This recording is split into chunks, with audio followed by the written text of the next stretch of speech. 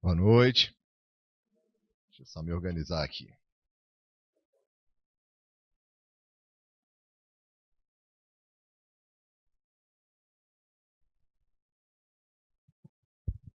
Pronto. Bem, primeiro quero agradecer ao coordenador do curso, professor Rodrigo, por ter feito esse convite. Eu sou professor da casa, não fico aqui em Águas Claras, fico na Asa Sul, mas tenho muito orgulho do Uniprocesso, tenho muito orgulho de fazer parte do quadro de docentes dessa instituição.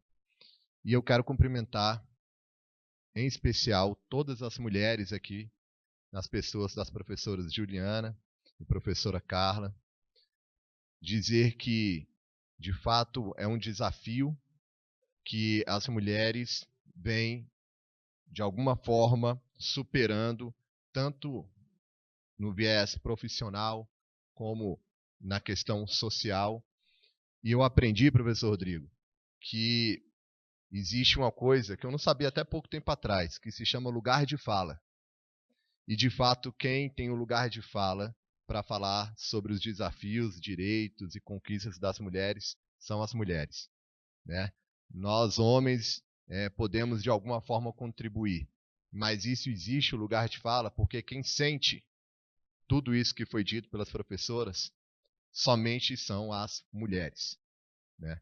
Agora, eu trouxe aqui, e vai casar com o que a professora Carla colocou, alguns dados que são relevantes. E por que a relevância? São dados que vêm da advocacia do Conselho Federal, da OAB, que vai mostrar exatamente o que a professora falou. A realidade da advocacia hoje é o seguinte: nós temos inscritos 675 mil mulheres nos quadros da ordem e 647 mil homens. Essa diferença, mulheres sendo majoritárias, ela se reflete também na nossa seccional. 24 mil, estou arredondando, né? Mulheres e 23 mil homens. Partindo desses dados, a gente tem que entender e criticar no sentido de buscar a evolução do sistema da OAB. E a primeira crítica que se deve colocar é que no Conselho Federal da OAB nunca existiu uma presidente mulher. Em toda a história do Conselho Federal da OAB, nunca existiu uma mulher para presidir os quadros da ordem. E aí, complementando o que a professora falou, será porque a mulher não tem competência para isso? Ou será que existe um problema de políticas ativas no sistema do OAB que deve ser resolvido com urgência? Mas, ao mesmo tempo que eu faço essa ponderação, eu também reconheço que o sistema do OAB hoje ele já tem políticas ativas, sim. Por exemplo, na última eleição, obrigatoriamente as chapas eram formadas por 50% de homens e 50% de mulheres. Isso é um tipo de política interna da instituição que vai refletir, sim, nos cargos diretivos lá na frente. E a realidade do Conselho Federal do OAB, aqui na seccional do Distrito Federal, não é diferente. A seccional existe desde 1960, aqui no Distrito Federal. De 1960 até 2023, nós tivemos uma única presidente, que é a doutora Estefânia Viveiros, que presidiu a ordem durante 2 mandatos. E não mais tivemos qualquer representante, qualquer representação feminina. Vocês serão os próximos eleitores da ordem. Daqui a pouco tempo, eu sei que tem colegas aqui que já estão no 10º semestre, 9º semestre, já tem gente que inclusive já passou na OAB. E aí só está esperando colar grau para se tornar apto a receber a carteira de advogado. E vocês serão os próximos eleitores e, na verdade, a maior massa de eleitores em uma eleição de ordem é dos novos advogados. Então, é importante que a gente traga essa visão para que no dia lá na frente, quando vocês forem votar, vocês lembrarem da importância. Eu não estou falando que tem que votar na mulher só porque é mulher, mas eu acho que isso tem que ser levado em consideração, sim. A necessidade de uma representante feminina nos quadros da ordem. Nós temos 27 seccionais. Somente 5, como foi dito, são presididas por mulheres. Nós temos 22 seccionais que são presididas por homens e tem seccionais que nunca foram presididas por mulheres. não tem muito sentido o sistema OAB, e eu estou falando de sistema OAB porque eu vim aqui para falar de advocacia. Não tem sentido o sistema da OAB continuar com essa cultura predominantemente masculina em seus quadros diretivos. Certo? Então, eu trago essa reflexão como o Dia Internacional da Mulher. Eu acho importante, sim, a gente homenagear, parabenizar, mas também refletir. Cada um no seu espaço de trabalho e, no meu caso, como sou advogado, no ambiente da advocacia. Fiz parte do conselho por 6 anos, tive a oportunidade de participar de discussões nesse sentido e, sendo homem, sempre apoiei as políticas ativas que tratam efetivar mulheres em cargos diretivos, porque aí começa a mudar toda uma cultura do sistema. Então, passando essa fase inicial, eu vim aqui para apresentar para vocês uma pesquisa que foi feita por um escritório de um grande amigo meu, e eu quero agradecer ele aqui, acho que está sendo inclusive filmado, depois eu vou mandar para ele, que é o Jacques Veloso de Mello. Em 2022, é super recente essa pesquisa, ele teve, como ele foi a vida inteira envolvido com o sistema da OAB, ele quis fazer uma pesquisa com 300 advogados e advogadas para entender melhor qual o cenário da advocacia no Distrito Federal. Porque às vezes a gente fala da advocacia, mas às vezes a gente fala sem dados. Ou a gente fala em uma realidade que não é de Brasília, que é de São Paulo, ou que é de Maceió, ou que é de outra cidade. E aí essa pesquisa, ela revela, de alguma forma, o que é a advocacia do Distrito Federal, que é a advocacia que vocês vão compor daqui a poucos dias. Então, em especial, quem está no final do curso, eu acho que é melhor ficou o microfone aqui, né, mais perto. Tá bom aí? Tá bem? Quem está no final do curso, a minha intenção é, de alguma forma, auxiliar vocês nas suas escolhas. Quem está no 9º, 10º, e quem está no começo também, para desde já refletir, vendo o que realmente é a advocacia. Então, eu vou passar rapidamente aqui por essa fase inicial da pesquisa, mas aqui mostra, que foram 300 pessoas entrevistadas, coloca a margem de erro, e aí a gente vem para o perfil. 42% dos entrevistados mulheres, 57 homens, e a média de idade, 44 anos. Beleza? Então, a gente está trabalhando nessa média aí de 44. Aí vem para cá. Tempo de atuação como advogado, aí está aí a distribuição, majoritariamente aí de 6 a 10 anos foi a maior parte do público, 43%. E aí começa aqui. Qual a área de maior atividade dos advogados que foram pesquisados? A área civil. E é natural que seja assim mesmo.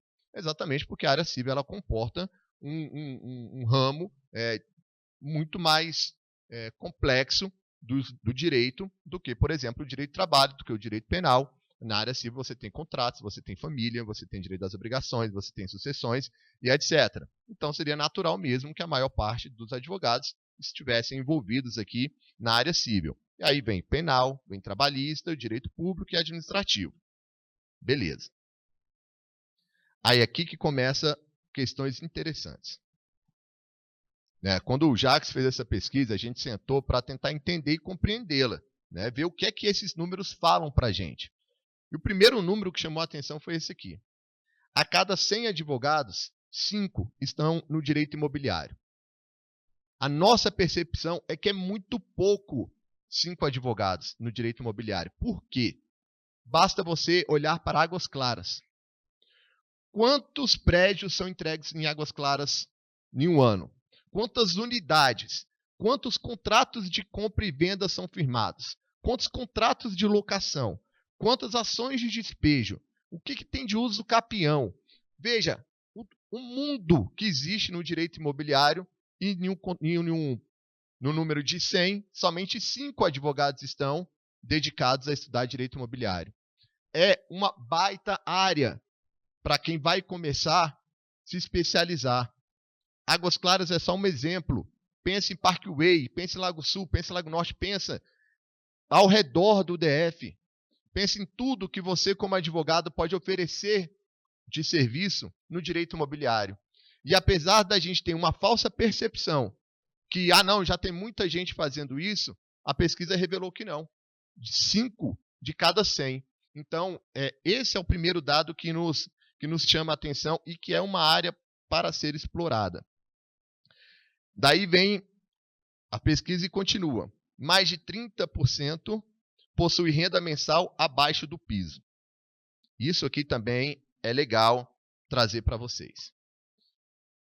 Isso aqui desmistifica muita coisa. Primeira coisa, pessoa que sai da faculdade de Direito pensando que vai rachar de ganhar dinheiro no primeiro mês. Esquece. Isso não é assim. Não é assim que acontece. É uma construção. Você se estabilizar na advocacia, às vezes vai demorar muito, muito mais do que você passar no concurso público. Passar no concurso público, você às vezes consegue no primeiro ou no segundo ano. Se estabilizar na advocacia, você vai pelo menos ter uns 10 anos de caminhada aí. Menos que isso, eu conheço o fulano de tal que em 1 ano ele já estava... Eu não estou falando que não existe, mas isso pode ter certeza e coloca na sua cabeça. Não é a regra. Pare de se enfeitiçar com o Instagram. Pare de ouvir histórias contadas que não refletem a realidade.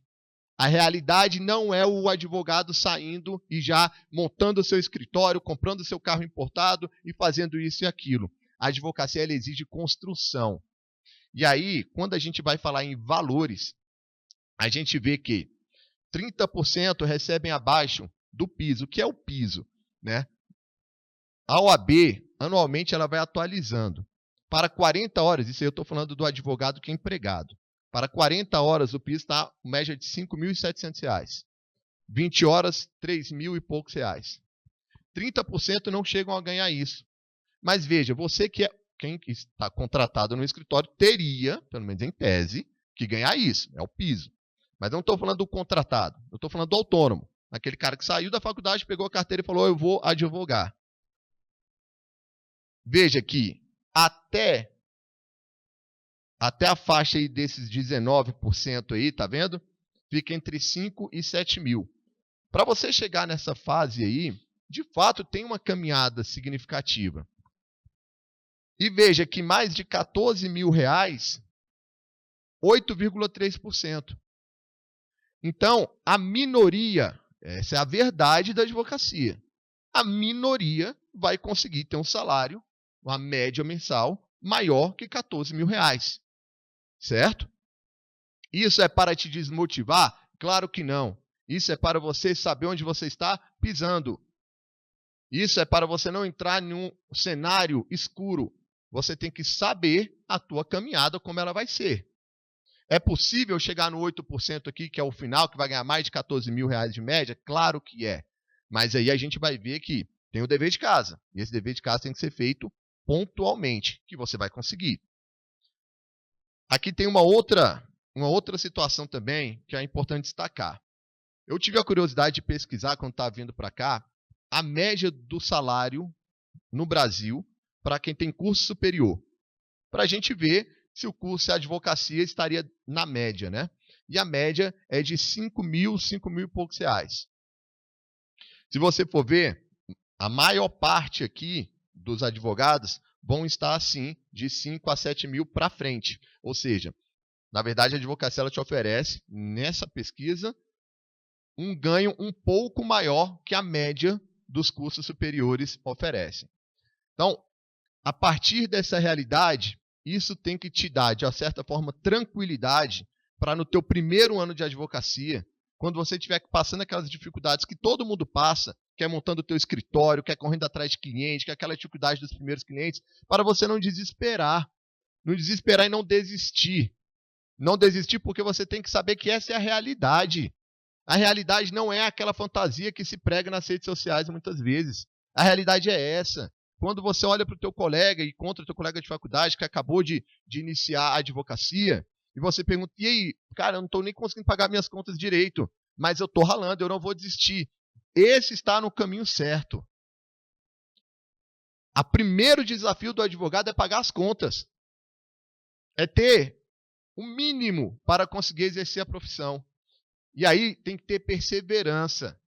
Não é do dia para a noite, mas é uma construção. E eu vou te mostrar lá embaixo, nos outros dados, o que os advogados falam que mais deu certo para eles crescerem na profissão. A gente vai seguir aqui e vai ter esse quadro mais na frente. Porcentagem de advogados que são autônomos ou atuam em escritório. Olha só. 74,9% são autônomos. Beleza? É aquela turma que meteu as caras e está lá, pegando uma causa aqui, pegando uma causa ali, autônomo. 15% estão em escritórios. Eu vou te dar uma dica, na verdade, eu vou te dar uma sugestão, que foi o que eu fiz e que, de coisas boas e erradas que eu já fiz na caminhada, coisas que eu olho e falo, isso deu certo, isso deu errado. Uma das coisas que deu certo. No primeiro ano, quando eu me formei, eu estava falando com o professor Henrique ali, eu fui contratado por um escritório de advocacia, na época do Thompson. O Thompson me contratou para eu advogar lá. Fiquei 1 ano no Thompson. Foi a melhor coisa que eu fiz. Por quê? Porque quando você é recém-formado, obviamente você vai ter uma insegurança natural na hora de atuar. Ninguém sai da faculdade, a não ser que a pessoa não gire muito bem. Mas o normal é o quê? Eu vou ter uma insegurança aqui para fazer essa petição, para ir para uma audiência, para fazer uma sustentação oral. Se você tiver uma espécie de mentor, entendeu? Um chefe, alguém que te mostre como é que faz a petição, isso vai te trazer paz, tranquilidade, segurança, para você amadurecer. E amadurecer no sentido de um dia você vai estar preparado para sair daquele escritório que você estava contratado e abrir o seu. Professor, mas eu trabalho em outro lugar, eu não arrumei. Aí tem outra dica que eu te dou. Quem está fazendo estágio aí. Faça estágio em órgão público até no máximo 8º semestre. No máximo. Para quem não tem outro emprego que eu estou falando, beleza? Aquela pessoa que está fazendo estágio dela só tem um estágio na vida dela. Você vai chegar até o 8º semestre, 7º semestre na Justiça Federal, no TJ, no STJ, no STF, no Ministério da Justiça, seja lá onde for, você está fazendo estágio. Saia de lá. Procure um escritório de advocacia para fazer estágio. Sabe por quê? Porque você aumenta substancialmente a probabilidade de você acabar seu curso com o emprego certo, com o emprego garantido. Tente não sair da faculdade sem ter nada. Se você tem a possibilidade de fazer um estágio no escritório, faça. Ah, mas eu ganho menos no meu estágio no escritório. Não tem problema não, confia em mim. Vai para o escritório. Porque ali você pode começar a tua carreira jurídica. Ali você pode ser contratado, ficar esse ano de experiência que eu te falei, que é fundamental, e depois você se sentir seguro o suficiente para avançar para o mercado de trabalho fazendo um voo solo. Então, quem tiver a oportunidade, professor, mas eu não consigo estágio, eu sei. Antes, na minha época, por exemplo, era muito mais fácil o estágio. Pelo que eu vejo hoje, eu lembro que estágio, assim, a gente trocava de um, ia para o outro, os escritórios brigavam por estagiário. Hoje em dia eu sei, eu vejo, os alunos conversam comigo, me pedem estágio. Eu sei que não é tão fácil como já foi anteriormente. Mas, para quem conseguir, é uma dica que eu acho que vale a pena, siga esse caminho. Não consigo, eu tenho outro emprego, eu pago minhas contas, eu trabalho em outro lugar. Tente, de alguma forma, então, se entrosar com algum escritório de advocacia para ter contato. Por mais que não seja funcionário, mas vai lá, se oferece para fazer uma petição, se oferece para atender um cliente junto, se oferece para ver o advogado indo para uma audiência, se oferece para ir para o tribunal do júri e ficar sentado lá vendo o tribunal, o advogado atuar. Isso vai te dar segurança. Bem, daí avançando um pouco mais. Em quais áreas os advogados atuam? Aí está aqui, ó, né? Civil, sempre então, lá na frente. Aí vem trabalhista, penal e as outras áreas. Perfil da carteira dos escritórios, né? Pessoa física, 70%. Física e jurídica, 70%. Somente pessoa física, 25%. Somente pessoa jurídica, 4,3%. Aí aqui na frente que eu quero chamar a atenção para esse dado aqui. Fala assim, ó. As três principais demandas de contratos de pessoa física. 44% vão te procurar demanda de direito civil. 19% trabalhista, e aqui ele dividiu, aqui colocou famílias e sucessões 20%. Mas aqui que eu quero comentar.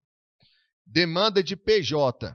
Isso aqui eu quero falar para aqueles que querem advogar para a empresa.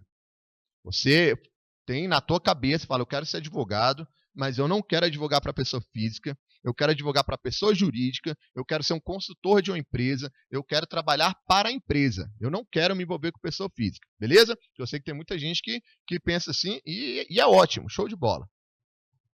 Só que geralmente quem pensa assim não se liga nisso que eu vou dizer agora. Olha esse dado e depois eu vou interpretar ele junto com vocês.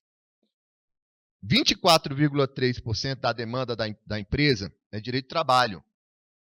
22,8% direito civil. 18% direito empresarial. O que esse dado aqui está revelando para a gente? O que mais a PJ precisa é de um advogado o quê? Trabalhista. Beleza?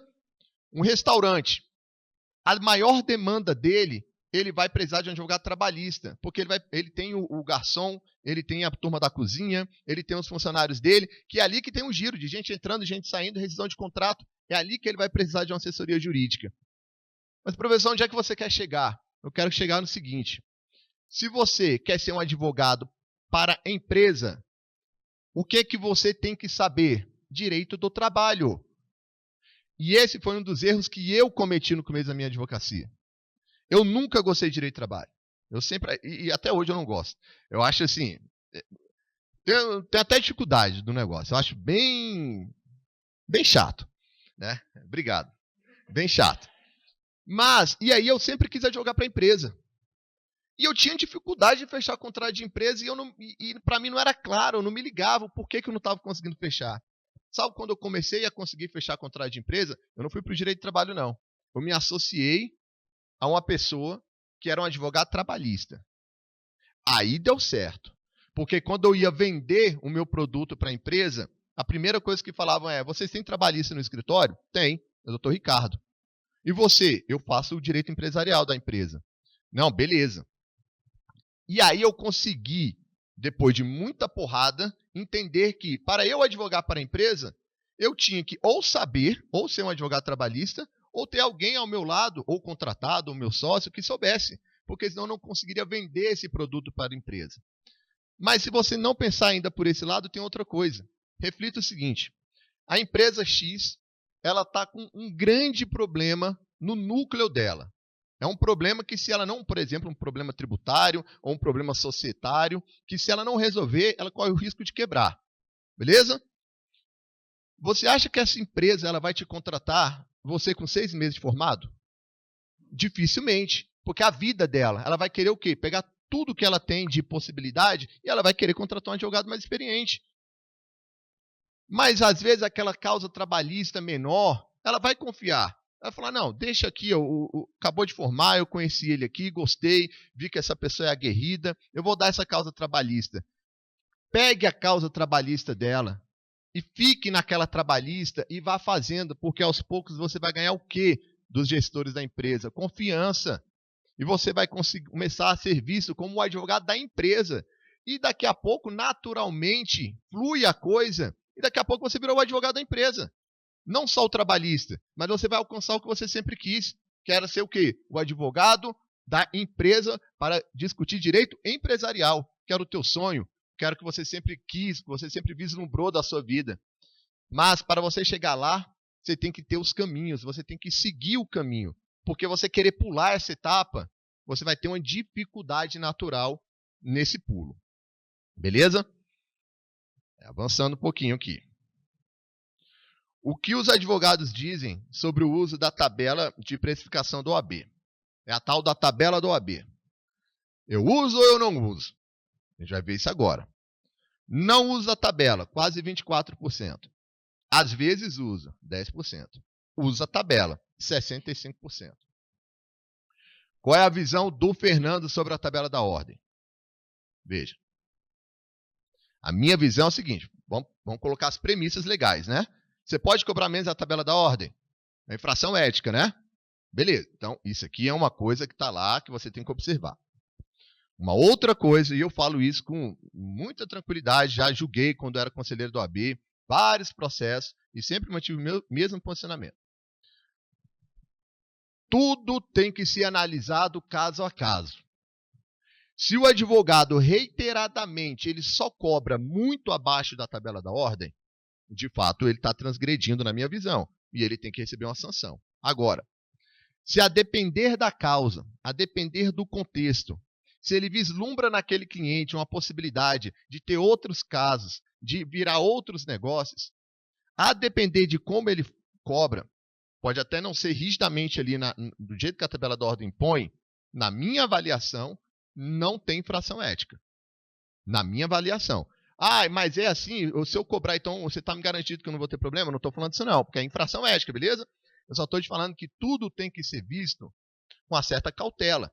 Porque também, se você enrijecer a tua forma de cobrança, você vai perder cliente. Você vai perder cliente. E o teu colega, advogado, que ali, querendo ou não, ele é o seu concorrente, ele vai ganhar o cliente que iria ser seu. Então, qual é a dica que eu dou? Seja criativo. Se, por exemplo, a tabela da ordem fala que é o mínimo R$8.000. O cara não tem R$8.000 para te pagar. Ele tem 5. Cobre os 5, pegue os 3 e divida. Faz uns Casas Bahia para ele. Divide em 10. Coloca no êxito. Coloca uma parcela intermediária. Crie uma situação que te possibilite cobrar aquilo que é necessário, os R$8.000, e que você não perca o seu cliente. Até porque a negociação, a advocacia, ela é uma empresa. O advogado, o escritório de advocacia é uma empresa. Você tem que captar e você tem que conquistar o seu cliente. E a gente vai falar um pouco disso lá embaixo. O conquistar o cliente envolve, inclusive, a forma de você cobrar. Às vezes a pessoa ela quer te contratar mesmo, ela confia, ela quer você, mas às vezes ela está sem condições naquele momento de pagar aquilo que você cobrou. Crie cenários que possibilite que ela te contrate. Não seja rígido. Também não seja de uma forma de, olha, é isso ou é nada. Seja flexível. Ali você está em uma negociação. Você está contratando. Você está sendo contratado. E mais, você está sendo contratado por uma pessoa que te admira, que te respeita. Porque senão ela não te contrataria para representá-la em uma causa judicial. Então tenha essa maturidade de entender que se você conseguiu, primeiro você já vai estar de parabéns. Se você conseguiu que aquela pessoa sente na sua mesa, no seu escritório. Já é um passo muito grande. Ela saiu da casa dela, ela foi para o teu escritório. Ela está interessada. Agora chegou a hora de você amarrar. E aí, negocie, ajuste, observe a tabela do OAB, mas também crie outras possibilidades que te permitam a contratação, porque você está no ambiente de mercado. E aí, falando em ambiente de mercado, a gente vem para o próximo passo, que todo mundo aqui vai sofrer essa angústia um dia. Eu cobro ou não cobro consulta? Que é, se você sentar numa mesa com um advogado, você vai ver que a metade vai falar assim, e não é por conta disso aqui da pesquisa não, mas você vai ver que é mesmo, faz o teste. A metade vai falar, eu cobro, e eu não atendo ninguém sem cobrar. A outra metade vai falar, não cobro de jeito nenhum. Morrendo de medo de perder o cara, já foi difícil o cara chegar no meu escritório. Eu ainda vou falar que vou cobrar dele, que ele não vai. Quem está certo ou está errado? Para mim não é certo nem errado. Tudo depende. Depende do quê? Da demanda, da característica da demanda. Veja, eu advogo muito em direito das sucessões, beleza? Obviamente eu sei que dependendo da demanda que a pessoa vier trazer para mim, a resposta que eu der para ela, acabou, ela não vai me contratar mais. Tipo assim, eu tô vindo aqui porque eu tive um filho fora do casamento e eu não reconheci. Não tenho coragem de fazer isso, porque senão minha mulher me mata. Mas eu também não acho justo deixar ele desamparado. Eu posso fazer um testamento reconhecendo a filiação dele? Veja, se você responde e já fala tudo, o que a pessoa vai fazer? Vai sair do seu escritório, vai lá no cartório e vai fazer o testamento. Para esse tipo de demanda que a resposta é satisfativa, tipo aquela tutela satisfativa lá do processo civil, aí você vai ter que cobrar. Porque senão não tem sentido, porque senão teu escritório vai virar um tira-dúvidas. Beleza? Esse é um cenário. Agora, outro cenário. Chega o dono de uma construtora no teu escritório, fala assim, olha, eu quero vir aqui porque eu quero discutir com você como que você está vendo esses contratos de compra e venda que estão sendo feitos. Eu quero discutir com você como é que você está vendo a questão dos juros que estão incididos no contrato. STJ está anulando esse tipo de cláusula? Eu, nesse caso, eu não vou cobrar a consulta. Por quê? Porque eu não estou interessado a média é R$500 da consulta. Eu não estou interessado naqueles R$500 que eu cobraria daquela consulta, ou que seja R$1.000. Eu estou interessado em quê? Em virar o advogado da empresa. Então, ali não é hora, aí obviamente que isso eu estou falando muito particular, estou falando do jeito que eu faço, beleza? Não é hora de você ganhar 500 mil reais ali. É hora de você conquistar o cliente. É hora de você amarrar o cliente. É hora de você explicar para ele como é que funciona, explicar para ele como é que está a jurisprudência do STJ, dizer os riscos da operação, dizer os instrumentos que ele pode fazer, porque se ele sentir confiança, ele não vai resolver a vida dele sozinho, ele vai precisar de você no dia a dia da empresa dele. Ele não tem capacidade de sair dali e ele fazer o contrato sozinho, só com aquelas informações que você deu. Ele vai ter que te contratar. Aí eu acho que é bobeira cobrar consulta, nesse caso. Então veja, tudo vai depender de quê? Do cliente e da demanda que ele te levar. Há casos que deverá cobrar, há casos que eu acredito que não deva ser cobrado para não perder o cliente. Veja, que eu estou trazendo visão de mercado. Aqui a gente tem que ganhar cliente e ganhar dinheiro, beleza? A gente vai advogar para isso. Obviamente é para realizar a justiça, é para transformar a vida das pessoas, mas é nossa profissão. A gente tem família, a gente tem que ser remunerado e a gente tem que entender como que a gente faz para alcançar uma boa remuneração, né? E tem mais, a advocacia tem muita gente, esquece isso. Para. Não tem nada, está inchado o mercado. Poucas pessoas verdadeiramente advogam. Você pode até dizer que tem muito advogado. Concordo. Muito advogado atuando mesmo, não tem isso não, que não tem demanda, entendeu? Demanda tem. Basta você se destacar. Você vai conseguir sim seus clientes. Aí vamos para a experiência do cliente. Distribuição de faixa etária dos clientes atendidos pelos advogados. Aí veja, quem mais procura advogado nessa pesquisa são as pessoas entre 31 a 40 anos. Está vendo aqui? E por que é pessoal dessa faixa etária? É porque é o pessoal que está o quê? Casando, divorciando, tendo filho, pensão alimentícia. É o pessoal que está ativo no mercado de trabalho e está comprando imóvel, está desfazendo do imóvel, está alugando, está sendo despejado. É onde a pessoa está com a vida dela financeira, pessoal, mais ativa. Ela está com dinheiro, ela está construindo a vida dela. E é nesse público que você tem que focar. Veja, você não tem que ignorar ninguém, mas você tem que ter a percepção que um cara, uma mulher, com 40 anos de idade, que está no auge da sua produção, é lógico que ela está girando mais coisa, que ele está girando mais coisa. E, potencialmente, ele tem mais demanda para você. Então, enxergue isso como uma realidade.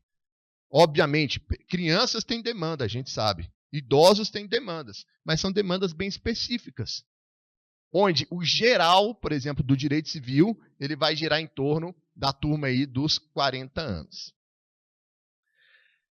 E aqui tem um dado importante também, que é o seguinte: meio ou canal de comunicação que os clientes chegam até o advogado. Como que o cliente vai te conhecer? Como que a pessoa vai chegar até você? Aí aqui para mim, assim, é a verdade da verdade da verdade. Eu vou fazer 20 anos de advocacia.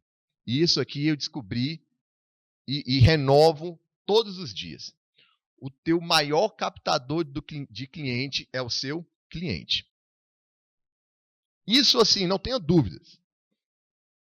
60% dos advogados responderam isso. Indicação de clientes. Por isso que o teu primeiro cliente que você for atender quando você sair da faculdade, a tua primeira causa, seja ela qual for, pode ser a causa mais singela do mundo. Pode ser uma causa de inscrição indevida no Serasa. Trate aquele cliente como se ele fosse o rei. Porque daquela causa pequena dele, confie em mim, tenha certeza, vão vir causas maiores. Ou dele, ou de amigos dele. E aí, na cabeça dele, ele não vai fazer o cálculo, mas é porque minha causa era pequena. A cabeça dele está o seguinte: aquele advogado era bom. O advogado me dava resposta. O advogado era aguerrido. O advogado entendia do que estava fazendo. Eu gostei da atuação daquele advogado. Acabou. Você vai ganhar esse cara pro resto da vida. Daqui a 10 anos, pode ser que ele não tenha nenhuma demanda em 10 anos, mas se ele tiver daqui a 10 anos, tenha certeza e acredite em mim. Ele vai te procurar. É impressionante. Tem gente hoje no meu escritório que me procura, eu nem lembro mais da pessoa. Ela fala: você me atendeu há 15 anos atrás. Essa semana eu atendi a pessoa, você atendeu minha mãe. Ela já até morreu. E agora eu estou vindo aqui porque eu estou com outra situação, mas eu lembrei de você, minha mãe te adorou. Então, isso é você conseguir. E aí, se eu puder te dar uma sugestão, no atendimento tem uma coisa que é fundamental, que se chama empatia.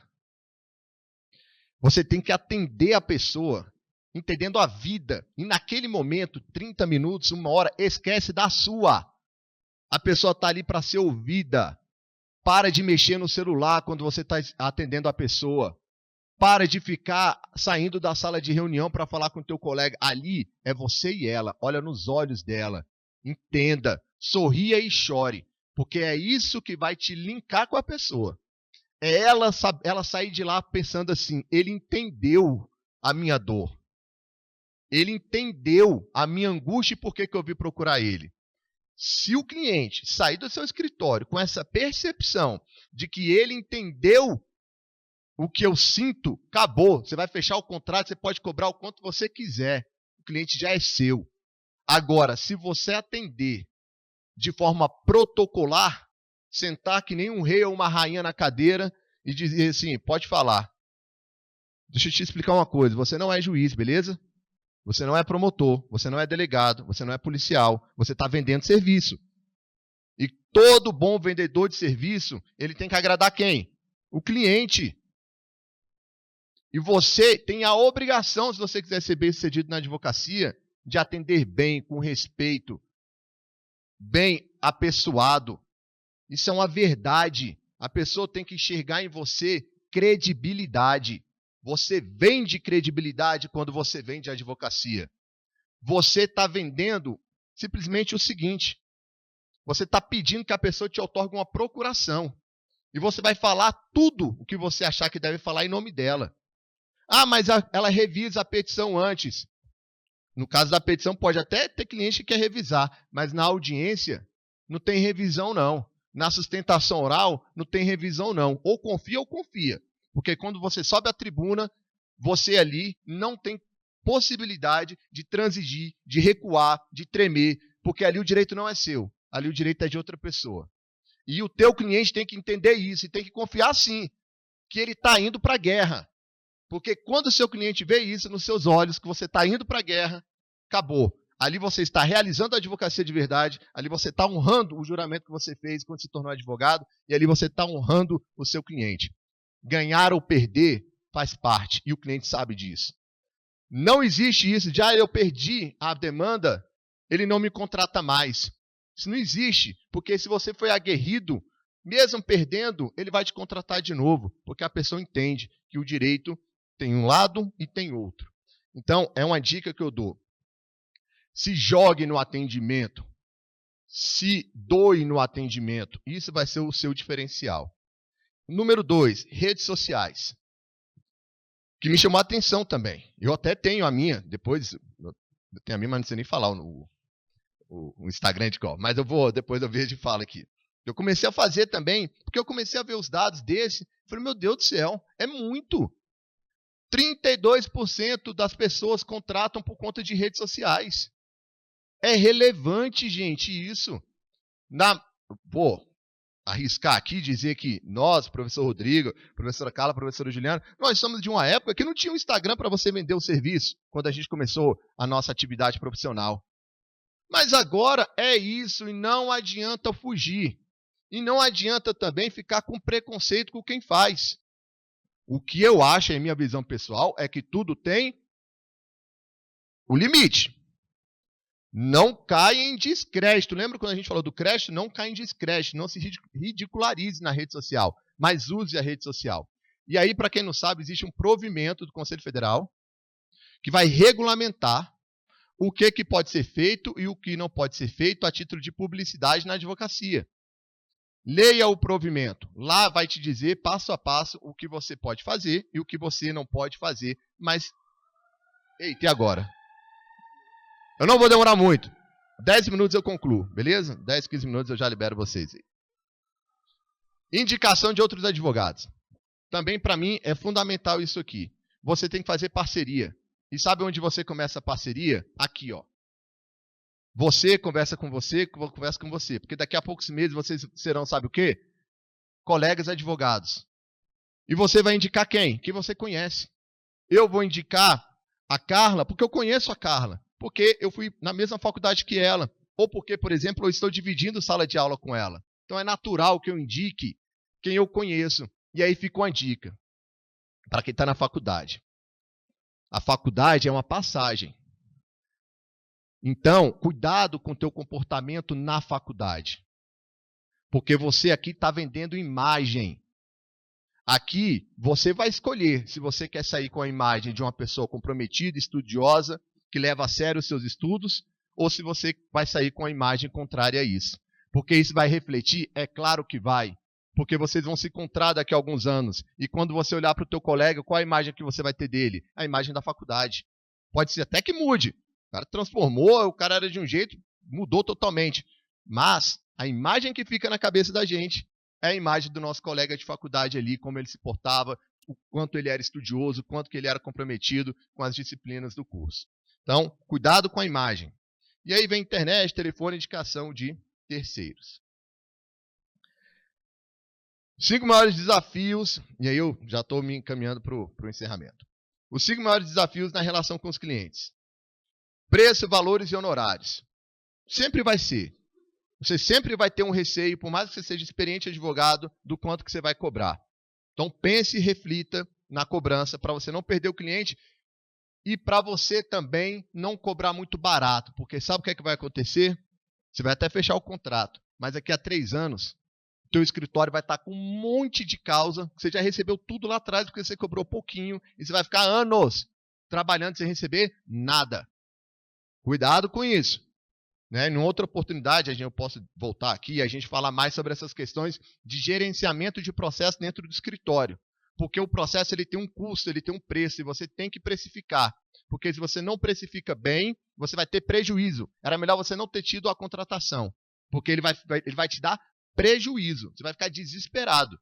Porque você cobrou um valor, você já está há 6 anos peticionando nesse processo mensalmente. E o negócio nunca acaba. Então, cuidado na hora de precificar. E aí a relação com o cliente, né? Morosidade que o cliente vai reclamar sim. E é natural que ele reclame. E aí o que é que eu falo no meu escritório para os advogados? A gente tem que entender o cliente. Ele não é advogado. A gente tem que entender que o cara vai te ligar nervoso porque está 6 meses e não sai a decisão. Ele está certo? Tá. Ele está certo sim. É demorado, mas aí você vai ter que ter a paciência, a empatia, para entender o desespero dele e explicar. E sabe como que você reduz esse ruído de informação? Você se antecipando ao seu cliente. Como assim? Ao invés de você esperar ele te ligar cobrando o andamento do processo, você liga para ele. Você liga para ele e fala, olha, eu estou te ligando aqui para te dizer que já tem 3 meses que eu estou pedindo que o juiz despache seu processo, ele não despachou. Mas eu não esqueci não, tá? Acabou. Ele não vai te atrapalhar, ele não vai te importunar, ele vai te valorizar como advogado. E uma outra dica que eu dou, por exemplo, você vai advogar em inventário. 10 herdeiros. Difícil falar com todo mundo, né? Ficar ligando para todo mundo. Cria um grupo de WhatsApp. Cria um grupo de WhatsApp, coloca os 10 herdeiros lá dentro. Porque quando você falar, você fala de uma vez só. Pessoal, o juiz está pedindo tal documento. Está lá a informação, não vai ter ruído de informação. Então, em demandas que envolvem grupos, é interessante sim, a depender da característica, você criar, porque você facilita a comunicação. Informações e esclarecimentos é exatamente isso que eu estou colocando. As 5 principais percepções que o cliente possui do advogado. Imagem positiva no geral, depois, está aqui o quadrinho, ó. Desconfiança, tem imagem negativa, confiança e credibilidade, busca de justiça e solução e respeito. E o que o cliente leva em consideração ao escolher o escritório? E referência na área. O que quer dizer referência na área? Se especialize. Ninguém quer contratar um advogado que fala que sabe de tudo. Porque se ele está falando que sabe de tudo, na verdade ele não sabe. Porque é impossível. Então, se você quer advogar em direito tributário, contrate e estude direito tributário. Porque você vai ser contratado por direito tributário. Se você quer advogar no direito penal, estude direito penal. E dentro do direito penal, veja o que você gosta. Por exemplo, tem gente que é apaixonado por tribunal do júri. Então vá para o tribunal do júri e assista, participe, se especialize, porque você vai conseguir vender o produto, entendem? Tribunal do júri, com muito mais facilidade, porque você vai ser visto como referência no tribunal do júri. Ah, não, eu gosto de tráfico de drogas. Adoro essa área que mexe com droga. vai se especializar, vai estudar, vai fazer uma pós, vai entender a lei de drogas, vai entender a dinâmica do processo com relação ao tráfico, porque isso vai te fazer ser um especialista. Tradição, que aí não tem como, a tradição da advocacia é relevante, são anos e anos e anos, e isso vai te dar um maior destaque. O atendimento, como eu te falei, que é fundamental. Credibilidade, passe a credibilidade. E olha que interessante que os colegas advogados falam, que o preço ele fica lá embaixo. Sabe por que ele fica lá embaixo? Porque quando você tem referência na área, quando você tem tradição, o teu atendimento é bom e você tem credibilidade, não é difícil você cobrar o preço que você acha justo. Você vai ser contratado por aquele preço. Porque você cumpriu o quê? Os requisitos anteriores. E aí, aspectos da pandemia eu vou trazer aqui para vocês. Eu estou acelerando porque eu não quero incomodar ninguém e nem postergar mais, mas eu quero terminar lendo uma coisa para vocês. Porque eu sei que tem gente que, como eu era, desde a faculdade, é absolutamente apaixonado pela advocacia e sonha em ser advogado, certo? Alguns eu sei que nem passa pela cabeça. Na verdade, até odeiam a advocacia. Mas tem outros que não conseguem se enxergar fazendo outra coisa que não seja advogar. Isso que eu vou ler para vocês, eu vou ler para você que é essa mulher ou esse homem, como eu era, que sonhava com a advocacia. Beleza? O nome do autor é Eduardo Couturi. Eu vou ler o que ele escreveu. São os 10 mandamentos da advocacia. Ele fala assim: estuda. O direito se transforma constantemente. Se não seguires seus passos, serás a cada dia um pouco menos advogado. Pensa. O direito se aprende estudando, mas se exerce pensando. Trabalha. A advocacia é uma árdua fadiga posta a serviço da justiça. Luta. Teu dever é lutar pelo direito. Mas, isso aqui é importante, um dia vocês vão entender. No dia em que encontrares em conflito o direito e a justiça, sem dúvida nenhuma, lutem pela justiça. Seja leal. Leal para com teu cliente, a quem não deves abandonar até que compreendas que é indigno de ti. Leal para com o adversário, ainda que ele seja desleal contigo. Leal para com o juiz, que ignora os fatos e deve confiar no que tu lhe dizes. E que, quanto ao direito, alguma outra vez deve confiar no que tu lhe invocas. Tolera. Tolera a verdade alheia na mesma medida em que queres que seja tolerada a tua. Tenha paciência. O tempo se vinga das coisas que se fazem em sua colaboração. Tenha fé. Tem fé no direito, como o melhor instrumento para a convivência humana.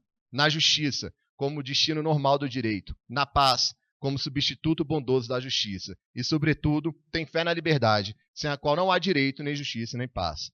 Ouvida. A advocacia é uma luta de paixões. Se em cada batalha fores carregando tua alma de rancor, sobrevirá o dia em que a vida será impossível para ti. Concluído o combate, ouvida, ou seja, esqueça tão prontamente tua vitória como tua derrota. Não leve as causas dos outros como se fossem suas causas. E por último, que para mim é o mais bonito. Ama a tua profissão. Trate de conceber a advocacia de tal maneira que no dia em que teu filho te pedir conselhos sobre o seu destino ou futuro, consideres uma honra para ti propor-lhe que seja advogado. Muito obrigado.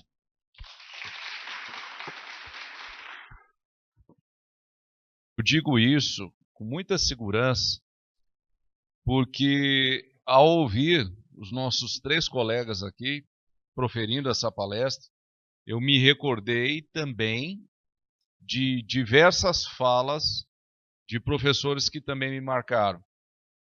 E eu tenho certeza absoluta que esses 3 professores que tanto abrilhantam o nosso quadro deixaram palavras que vão servir de instrumento, de ferramenta útil na construção de uma carreira, a carreira de vocês, que eu também tenho por certo, será coroada de êxito, de sucesso. Quero mais uma vez, em nome da faculdade, do Centro Universitário Processos, agradecer a todos pela presença, dizer a vocês estão de parabéns por todo o empenho, por toda a dedicação. Mais uma vez, congratular as mulheres. O seu dia é todos os dias, né? e nós ainda temos muito a percorrer em termos de conquistas, de avanços, tanto no campo jurídico como no meio social como um todo. Tá? Eu vou agradecer a todos. Alguns professores querem levar os seus alunos às aulas ainda, né? E digo isso também para os meus. Quero agradecer mais uma vez a vocês, pessoal aqui que está gravando com tanto entusiasmo, muito obrigado também. Não é a Luana, o Iago, que estão tirando fotos, né, que estão cuidando, cada pormenor, a Gabi que esteve aqui mais cedo, os nossos colegas professores estavam conosco alguns instantes atrás lá na sala, estávamos conversando sobre inúmeros assuntos. Eu vou voltar para a sala também, mas antes eu gostaria de deixar aqui com cada um de vocês uma singela homenagem, né, que é o certificado de participação, tá? Começar pela minha querida Juliana Porto.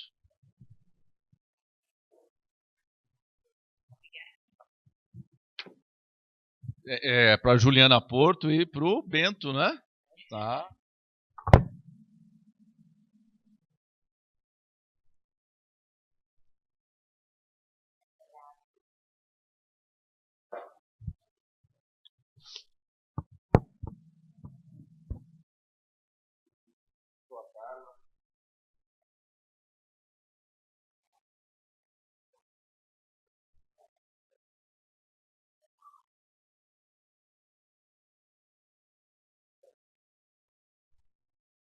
Obrigado a você.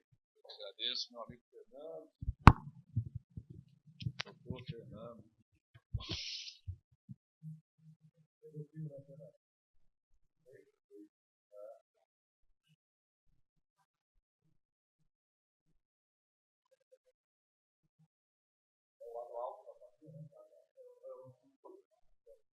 Muito obrigado a todos. Boa noite.